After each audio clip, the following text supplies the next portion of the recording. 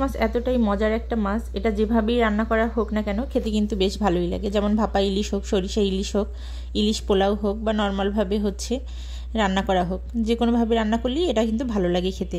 তবে আমি যেভাবে রান্না করি আজকে জাস্ট সেভাবেই আপনাদের সাথে শেয়ার করছি। আর ইলিশ মাছ যত ধরনের মশলা কম দেওয়া যায় এটার অতই অথেন্টিক টেস্ট পাওয়া যায় আর খেতেও ভালো লাগে।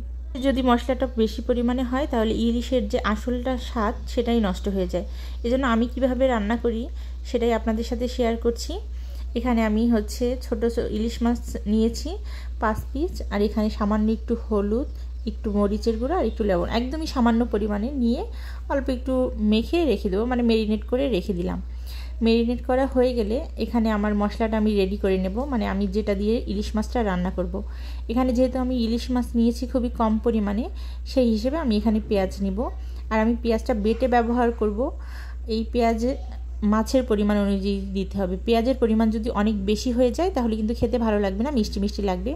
আপনারা দেখেই বুঝতে পারছেন যে কতটুকু পরিমাণে পেঁয়াজ নিয়েছি। এটা আমি বেটে নিয়েছি, আর এর সাথে লবণ, হলুদ আর মরিচের গুঁড়ো পরিমাণ মতো মিশিয়ে তারপর একটা পানি দিয়ে গুলিয়ে একটা সাইডে রেখে, এর থেকে আর কোনো মশলা আমি ব্যবহার করব না। আমার মশলা কিন্তু একদমই রেডি, একদমই সামান্য মশলা। আর পেঁয়াজের পরিমাণ তো দেখতেই পেরেছেন কতটুকু হয়েছে। আপনারাও চেষ্টা করবেন মাছের পরিমাণ অনুযায়ী এরকম পেঁয়াজ পরিমাণ খুবই কম নিতে। পেঁয়াজ যদি অতিরিক্ত হয়ে যায় তাহলে মিষ্টি মিষ্টি লাগে খেতে, আর ভালো লাগে না। পেঁয়াজটা রেখে দিয়ে আমি এখানে সরিষার তেল নিয়েছি, কারণ সরিষার তেলে রান্না করলে বেশি মজা হয়। আপনারা চাইলে সয়াবিন তেলও নিতে পারেন, সয়াবিন তেল নিলেও কোনো সমস্যা নেই। আমি তেলটা যখন একটু গরম হয়ে এসেছে, এটা মশলা মাখা ইলিশটা আমি এক সাইড দিয়ে দিয়েছি। সামান্য একটু হচ্ছে কালার চলে আসলে আমি অন্য সাইডটা একটু উল্টে দিলাম।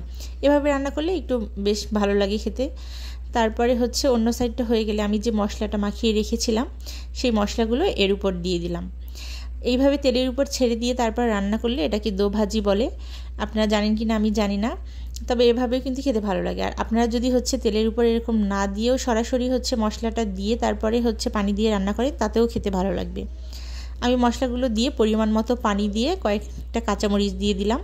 কাঁচামরিচ দিয়ে ঢাকনা দিয়ে ঢেকে কিছুক্ষণ রান্না করার পর আমি একটু উল্টে দিলাম মাছগুলো, যাতে দুই সাইডেই মশলাটা ভালোভাবে লেগে যায়। আমার রান্নাটা কিছুটা হচ্ছে বাকি আছে, প্রায় কমপ্লিট হয়ে গেছে। এই পর্যায়ে আমি কিছুটা ধনেপাতা দেবো। ধনেপাতা কুচির ফ্লেভারটা খেতে কিন্তু বেশ ভালোই লাগে।